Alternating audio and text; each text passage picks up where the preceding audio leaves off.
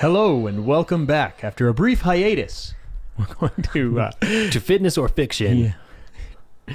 Cutting through the hype. So today we get to re-enter the scenario, and we're going to start doing what we actually want to do, which is discussing a particular topic and also rendering a judgment, fitness or fiction. Yeah? Indeed, deciphering. But before we get there... Oh, you want to talk about the wins? I want to hear wins from the week. That's a good idea. I like it. It's technically been 3 weeks. Yeah, you can choose anything. I know mine. You got some good wins you want to discuss? Yeah, I do. Yeah. Okay, you go first. We're having a third baby boy. Oh, yeah. That's the biggest of wins. That's a lot of boys now. Coming February 2022. February, baby? Yeah. What's that horoscope? Do you know? It's a fire sign, elemental Capricorn. I don't know. I don't know. It's February 2022 and it's a boy. That's what I got for you. Have you ever seen... well, I'm going to go on a tangent here. Fitness or fiction? Okay. Well, let's hear a win from you, sir. Oh. I don't have many wins. You were sick on vacation. Yeah. You're alive. That's a win. I'm recovered from... You made it through. You can get sick from things that aren't COVID. Hashtag not COVID. Yeah, it was not COVID. But yeah, I got really sick on vacation, so I spent the majority of vacation in bed. I was upset when I heard about that. You don't get a lot of vacations in the first place. That's not something I was super excited about. Yeah, but I'm having my second wedding in 2 weeks. Some would identify that as a win. Yeah, I never had a second wedding, so... Right? I'm super important. I'm going to be on the mic for you there, right? I'm kind of a big deal. Yeah, big deal. Get two. Well, I'll take that as a win. A, you're alive. B, you get to get married a second time. That's exciting. Yes. Usually people wait and I didn't even get divorced. Yeah, I know. Usually people wait for years for the second wedding. Like even, I'm going to redo my vows. It's like 20 years later. You're like, oh, it's been a couple of months. Yeah. Diane, I'm still... We've got to recommit because I'm starting to feel a little hesitant about all this. No, I'm still good, Diane. Trust me. It's good. We're cool, yeah. It's fine. It's whatever. Nice. Okay, so the question for today... spot reduction, targeted fat loss, zone specific fat loss. Is it fitness or fiction? Mm-hmm. If you look at some of the marketing products out there, it definitely looks like it's fitness. There's many fitness products out there that burn belly fat. So yes, there is. And it's almost taken for granted where you've seen like, ooh, burn tummy fat. Target the hips and thighs, like all this sort of stuff. And it's marketing driven off of what people want, but I don't think that it's actually what happens. And I think it's pretty fair to say that. And we'll kind of get into that here. Mm-hmm. So the real question for me is, okay, does it exist is one thing, but the other question that's kind of looped in under that we're kind of trying to address here, if I'm on the right track, is it appropriate to talk about it as though it exists? Is it appropriate for a marketer to actually say that this product is going to do this? Yeah. And that's what we're trying to identify, so we're not going to spoil anything yet. But before we get into the actual question, we can talk about the issue a little bit. Mm-hmm. This is fair. There's essentially 4 things, right? So the first issue that you run into is, how do you know that it is or isn't targeted fat loss or zone specific or whatever else? So a lot of the studies that we're going to talk about, it's like, well, they did lose tummy fat when they were doing this, and this for diet and exercise. Mm-hmm. The issue that we have when we run into this with research is like, okay, so they did lose body fat. Okay, that's checkmark 1. Can we suitably prove that it was only from that area? Mm-hmm. So that's our first thing. You have anything to say on that? Nope. You want to get at the second thing? I can't see the second thing.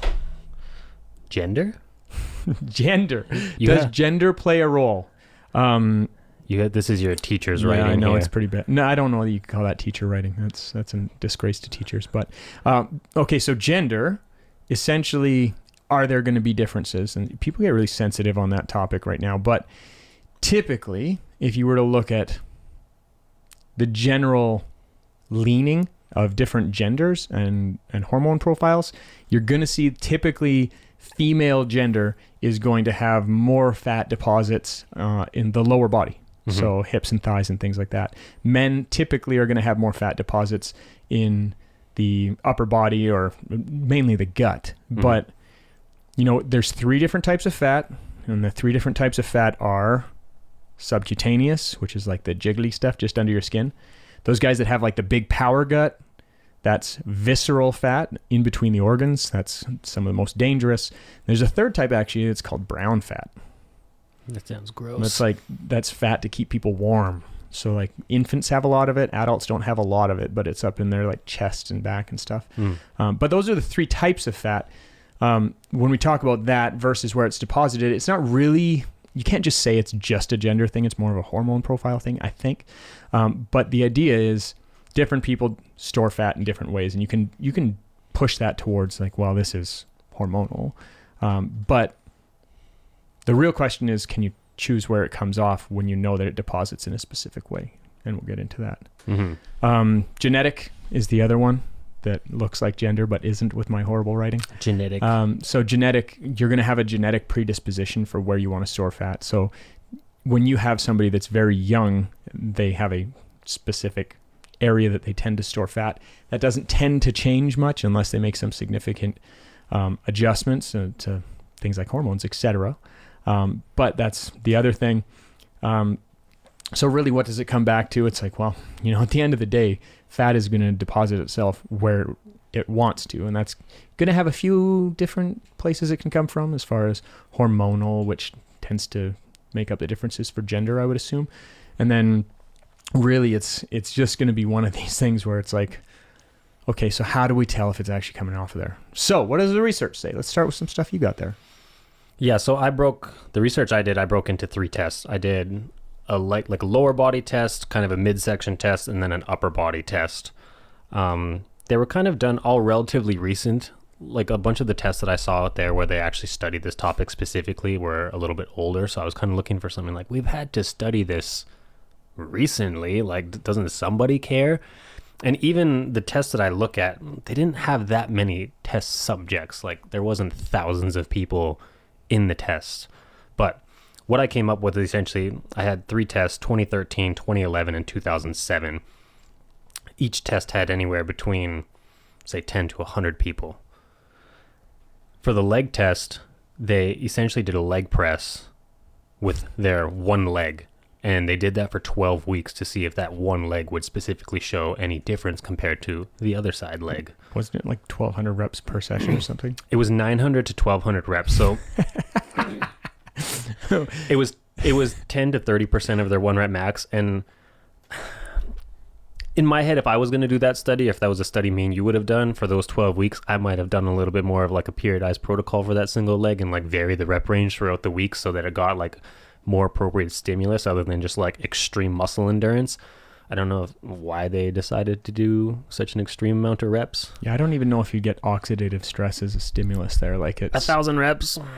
But anyways. Okay. Yeah. Yeah. So they would like, this was measured by a DEXA scan, which is a pretty accurate test of body fat. Their calories were actually, they were registered using like a food recall questionnaire, but the conclusion was that the test was ineffective. They lost a little bit of weight, but there was no real true difference in between those 2 legs. Right. The next one was a sit-up test. This had like 50 people in it. They did 7 ab exercises for 2 sets of 10 repetitions, 5 days a week. And they all maintained a specific calorie intake. Conclusion, no one's abs really changed that much aside from like a little bit of muscular endurance improvements. The sit-ups became easier, but they did not like lose weight in that specific area. Well, see, I got 2 on that as well. I ran into one from 83. Ooh, good year. Good year. Is that your year? Yeah, lots of good stuff came out of that year. Curtis Howden.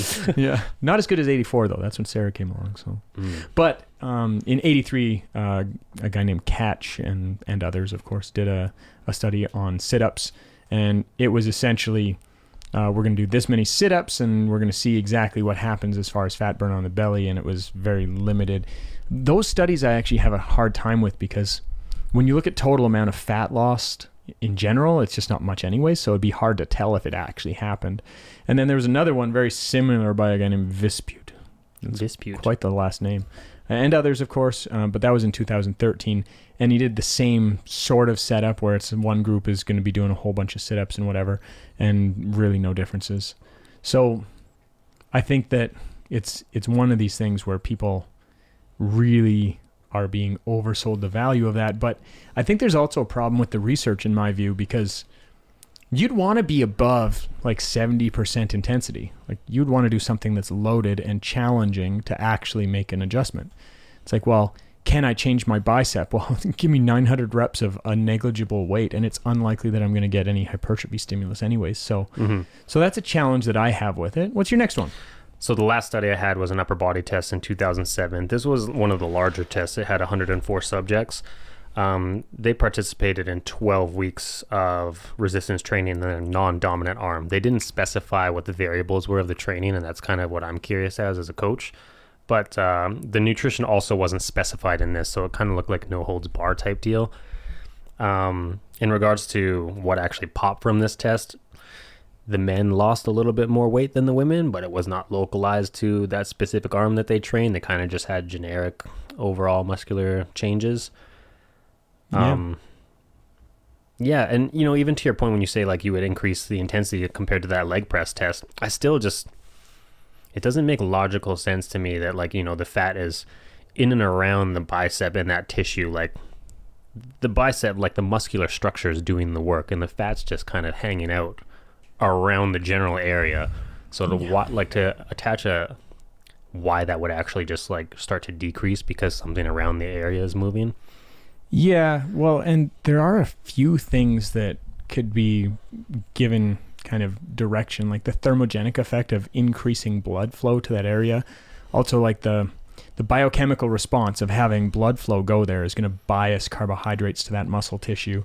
So it's going to increase the waste products being produced. It's also going to increase the temperature, and there's going to be a difference in hormone profile in that area. So like, I think where this comes from are those things essentially driven from the thermogenic effect, with more blood being there, more nutrients, more byproducts, more hormones. Yeah. I don't think that it's an absolutely crazy thing to say, but I do think that the breadth of literature that we look at, it really doesn't have solid, like large enough studies in the first place, but it also doesn't really have a design where I'm like, oh man, that was a smart design.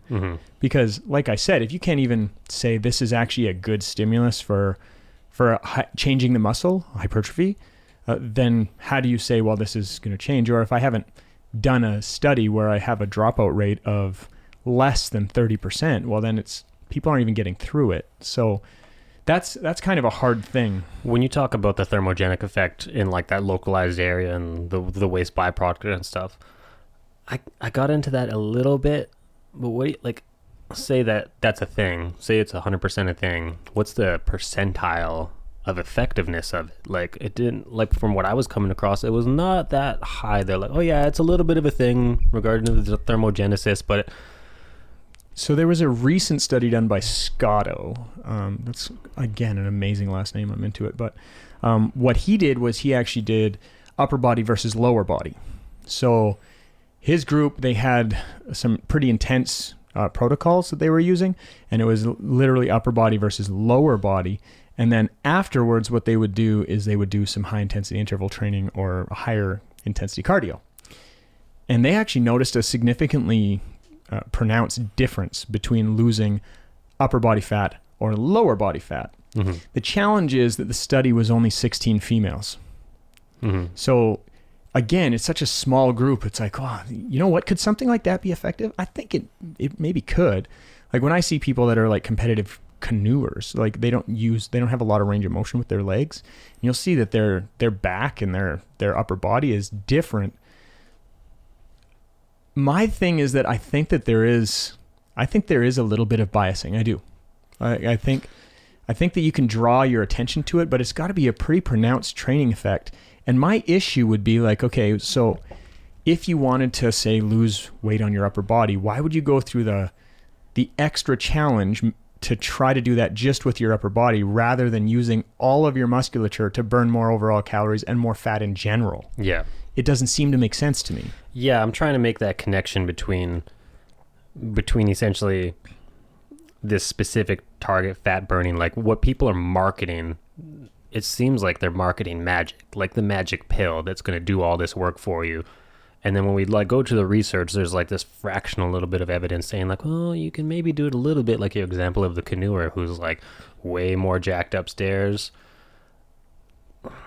It's not like the rule though, you know what I mean? It's like the exception. It's the 1% or the 2%, but it's being marketed as the magic pill. That's right. And that's the big issue for me. So, and then you'll look at these people that, okay, so you've seen the guy in the gym that looks like Mr. Incredible. His big upper body and his lower body is really small. People always say what they want to say. They're likely jealous of his upper body, so they want to say there's something out of proportion or something. But it doesn't matter. Can you get more development on one side? Yeah, sure. Does he likely have less body fat on the side that he has more muscle on? Yeah.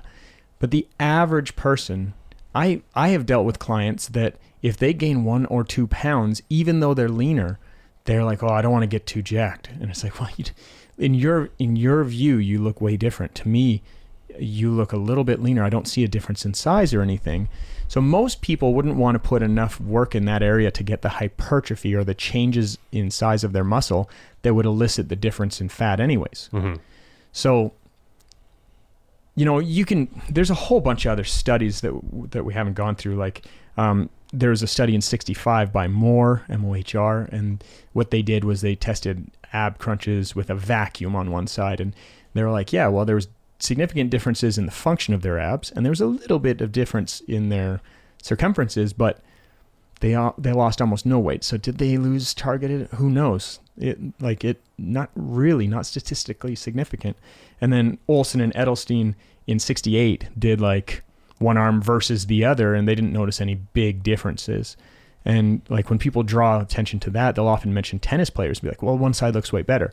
It's like, well, it has more muscular hypertrophy a little bit, but that's what makes the size look so much different is the extra contours. Mm-hmm. So in my view, again, that's the exception. Like when you're talking about these tennis players, I'm imagining that they're the professionals, not Joe Blow who's just playing tennis like 1 or 2 games every now and then. Yeah. When we're talking about like professional athletes, the rules start to change a little bit. Yeah, well, and usually their diet's more in place, and they're spending like 18 hours plus a week with that racket in their hand with massive speeds put on it. So the big issue with all of this stuff is we don't have research to say that it technically doesn't exist, but we also don't really have research to say that it does. Like we have one study that is a small group of women that says, yeah, you can do kind of zone specific, meaning upper versus lower. But my question is, do you want to put enough energy into it to make that happen? And I would think that most people, the answer is no. Mm-hmm. They're like, well, listen, can I lose fat there? Yeah. You know how you do it? A caloric deficit and a well-periodized program. So, but the big challenge is marketing. Like the human brain wants to burn between 200 and 600 calories a day thinking. Mm-hmm. So when we find simplistic marketing, it's like crack because we don't have to think about it. Hey, do you want to lose belly fat? Well, yes, I do. Click. Tell me more. Right? So part of the reason that we're doing this, you can correct me if I'm missing out anything from you, but part of the reason we're doing this is to make sure that people are thinking enough to not fall into common traps. Would that be true? That is the plan, yeah. So the question then comes for you. Is targeted fat loss fitness or fiction?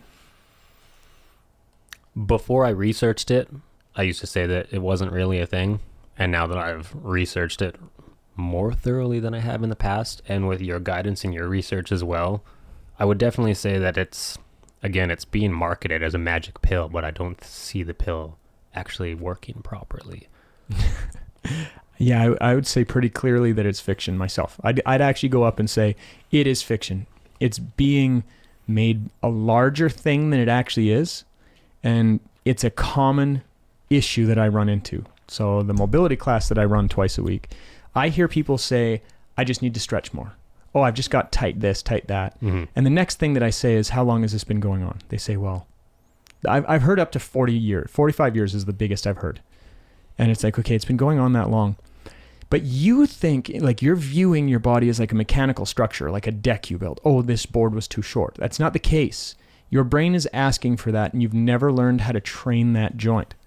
I think this is another example of that, where the answer is complicated. So just taking a simple answer feels better. Mm-hmm. But my question to you is, why is it socially acceptable to make these... you're going to take the position, my product can burn tummy fat. Why is it socially acceptable to hear something like that when we all know that that's not really true?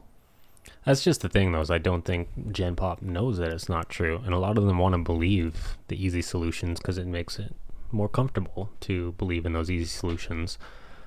That anyone who has their merit knows that, like, it takes grind and hard work and discipline and patience to achieve any sort of like figure or something respectable. But most people don't want to achieve that. Like, most people don't want to believe it. If it was easy, everybody would do it. If it was easy, everyone would have your biceps. Back to the biceps. Here we go. Yeah, I believe that this topic is 100% fiction. I would, though, however, love to see us like an in-depth study with way more people. Like, I would like to see a recent study in 2020 or 2021 that had like 1,000 people with much more specific training variables than 1,000 reps at 10%, with like specific nutrition guidelines, so we can actually put this baby to bed. And yeah. The question is, though, is if they did do this study and they put the baby to bed, who's going to stop these companies from marketing their garbage anyways? Like, is it the government's responsibility to come in and say, oh, no, that's false, that doesn't work, so you can't say that? Like, is it even really going to change? I think in an open market, that it is actually the consumer's responsibility. I've said this before, and maybe it's fair, maybe it's not, but if somebody doesn't like a social influencer, if they talk about the influencer and they talk about them negatively, and then you go on their Instagram and they're following them, they're asking for that, so they've lost their ability to complain. Mm-hmm.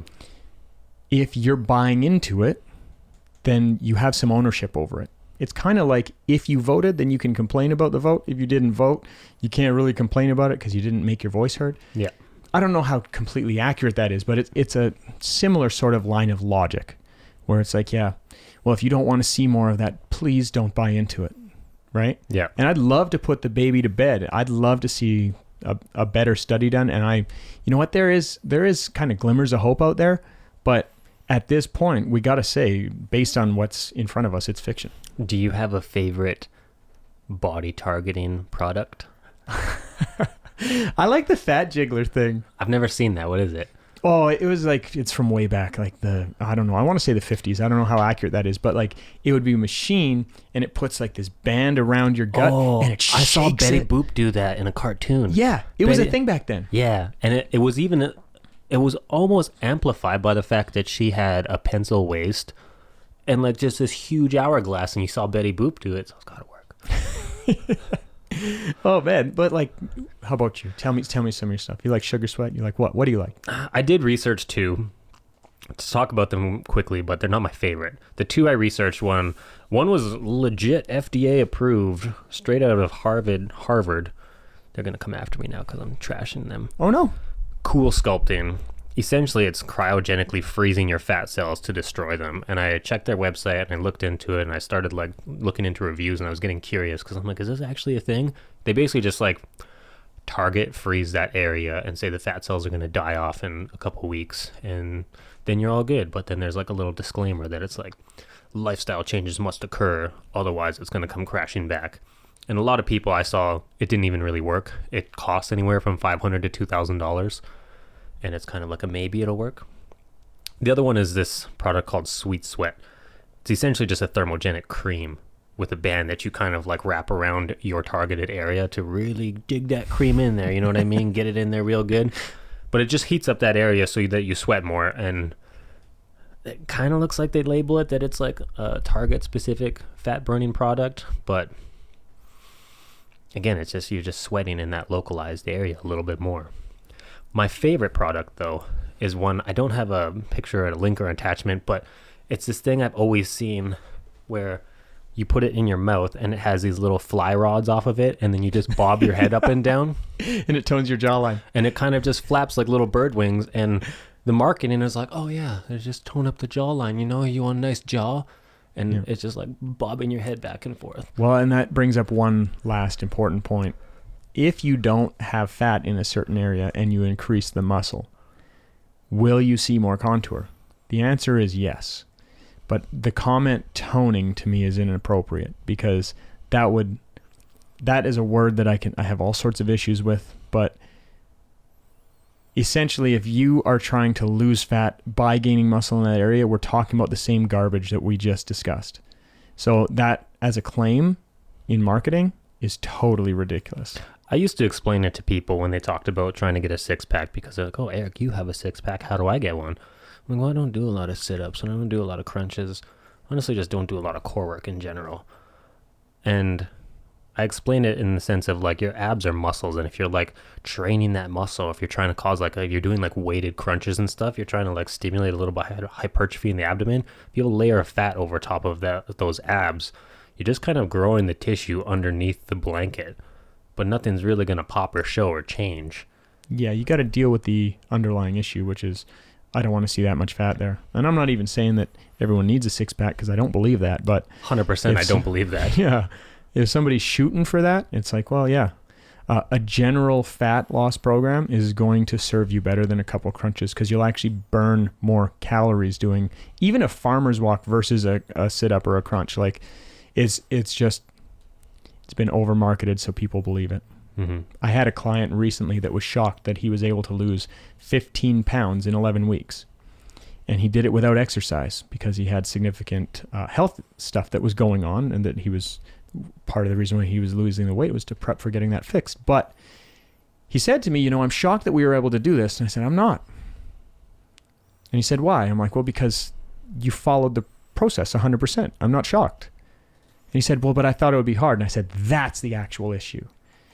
Culturally, you've been bred to believe that this is so hard to do, that you're shocked realizing that the hard part is getting your mindset together and getting your commitment together and your planning together to follow the behaviors. So at the end of the day, fitness or fiction, targeted fat loss at this point is fiction. Don't buy into it. But the standard stuff that to be true, like I'm going to create a caloric deficit, I'm actually going to, say, be in like a 500 to 1,000 calorie deficit a day after exercise, that will work, and it will consistently work. Mm-hmm. So, do you have anything else to add on the topic? Just fiction. This episode was fiction. Not the episode. Targeted fat loss was fiction. Yeah, it is fiction. What are we going to talk about next time? Well, we're going to have to go and hit the bricks to our social media and ask people what they want to hear about. We're also going to do a interview really soon with Wee Young, head researcher of MS at University of Calgary. So that'd be cool. Trying to lock in a schedule with him. That'll be good. Really cool. So hopefully get some real fitness information. Mm-hmm. Some real fitness information. Yeah, if you guys have anything to say about this topic, hit us up on our grams. Yeah, don't forget to like, comment, subscribe, follow, all that stuff. Thank you for listening. Yeah.